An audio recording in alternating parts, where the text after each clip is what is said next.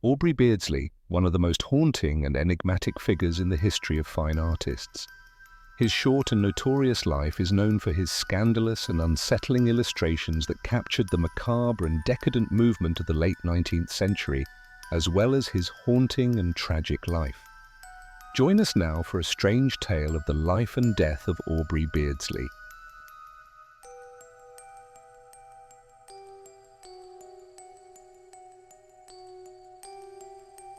Beardsley was born in Brighton, Sussex, England, on the 21st of August 1872 to a well-established and respected family. From a young age, Beardsley was plagued by illness. He suffered from tuberculosis, a disease that haunted him throughout his short life and added a spectral layer to his artistic persona.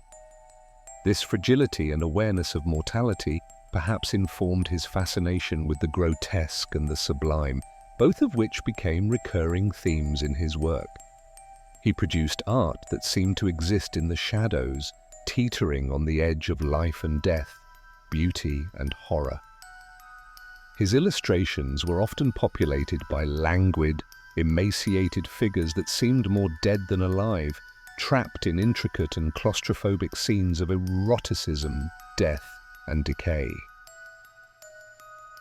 Beardsley's brief yet intense career was largely shaped by his association with the literary and artistic elite of his time. He famously collaborated with Oscar Wilde, providing the disturbing sensual illustrations for Salome, Wilde's controversial play about lust, power, and death. Beardsley's artwork for Salome shocked the public with its overt eroticism and stark use of empty space, giving his images a sense of eerie timelessness.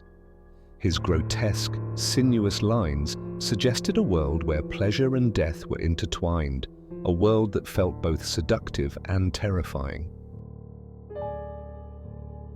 Beyond his partnership with Wilde, Beardsley was deeply influenced by the darker aspects of the decadent movement, and rumors swirled about his involvement with occult figures.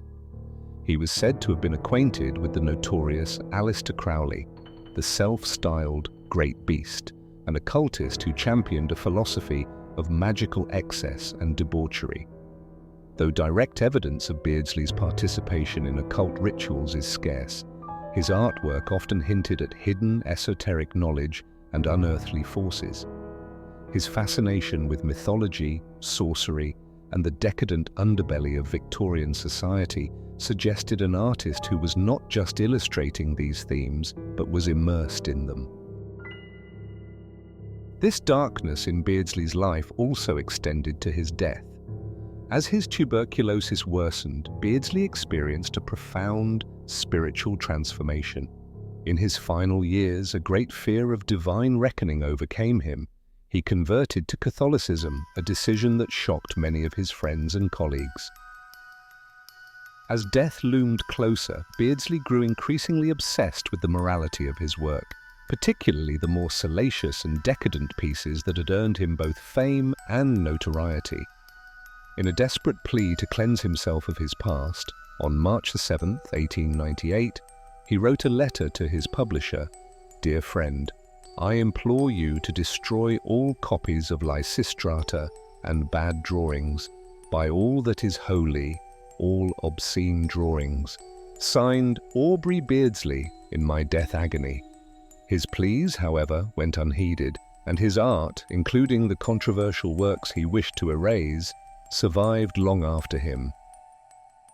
Aubrey Beardsley died on the 16th of March, 1898, at the age of 25, his life cut tragically short by the very disease that had haunted him since childhood.